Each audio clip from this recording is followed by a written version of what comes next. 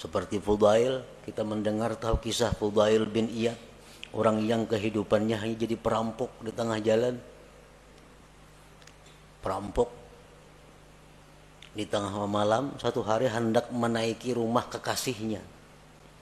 Begitu naik ke rumah kekasihnya, mendengar ada orang mengaji Al-Quran yang ayatnya alam ya'ni lilladzina amanu an takhsha'a qulubuhum li dzikrillah. Begitu ayat itu masuk ke pendengaran Fudail, Fudail terjatuh.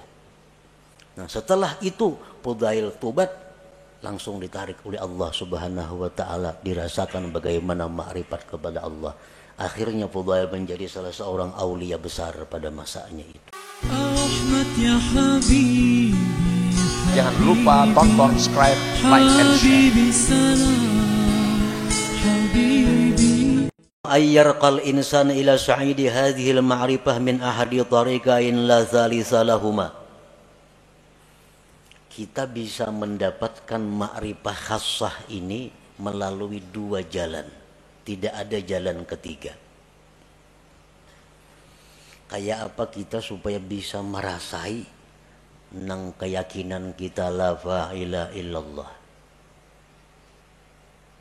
Jangan hanya sekadar habar, jangan hanya sekadar yakin mengakui, tapi rasai. Nah, rasai kayak apa? Yang tidak ada berbuat kecuali Allah itu. Nah, supaya bisa merasai itu ada dua jalannya. Yang pertama disebut tariqul hidayah wal inabah. Yang kedua disebut tariqul ijtiba wal istifa. Ada jalan hidayah dan inabah, ada jalan ijtiba dan istifa. Nah, hanya dua jalan itu.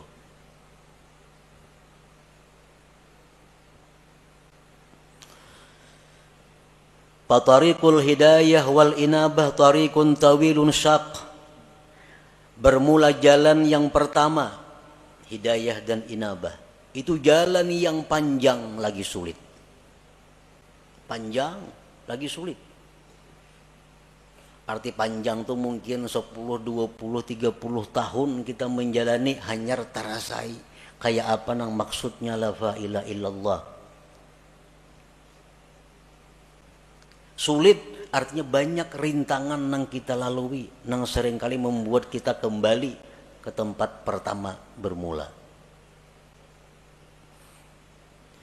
Min ta'allumil ilmi alladhi yuaddi bihi al-ibadata wa ya'rifu bihi sifatin nafsil batinah wa yuqaddimu qabla al-jami' ma'rifata aqidati ahli sunnah wal jamaah wa taubatin nasuh wa tahsinin niyyah wa tasihit taqwa wal wara'i wal zuhdi wa kasratil azkar wal aurat wa ghairi dhalik wa kulluhu yuhdihal abdu ilallahi ta'ala.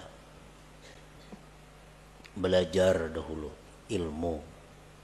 Nang dengan ilmu itu kita bisa beribadah, bisa sembahyang, berwudu sebagainya.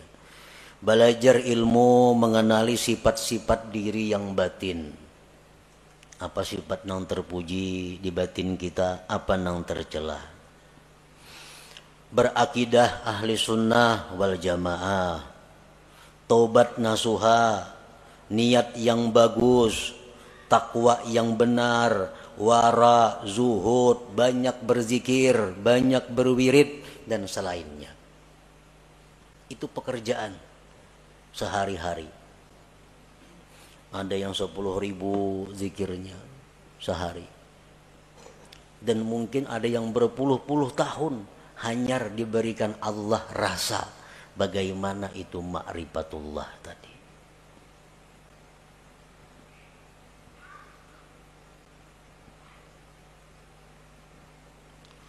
Wa amma tariqus tsani, adapun jalan yang kedua, tariqul ijtiba wal istifa. Fayakunul bad'u minallah ilal abdi. Jalan yang kedua ini adalah jalan di mana Allah yang ingin menariknya. Jalan pertama tadi si hamba nang baka hendak. Kisahnya si hamba nang hendak ma'rifat lalu inya beribadah, beramal, berguru. Nah, yang kedua ini adalah Allah yang ingin menariknya. Yakunul insan mustadhrikan fi syurudihi wa bu'dihi anillah wa faj'atan tudrikuhu rahmatun minallahi ta'ala. Ini manusia tenggelam dalam kejauhan daripada Allah. Pekerjaannya manusia ini sibuk mengurus dunia. Kada tahu diwirid, sembahyang pun kadang-kadang pray. Pekerjaan-pekerjaan maksiat banyak dilakukannya. Tetapi secara mendadak Allah memperdapati dengan rahmatnya.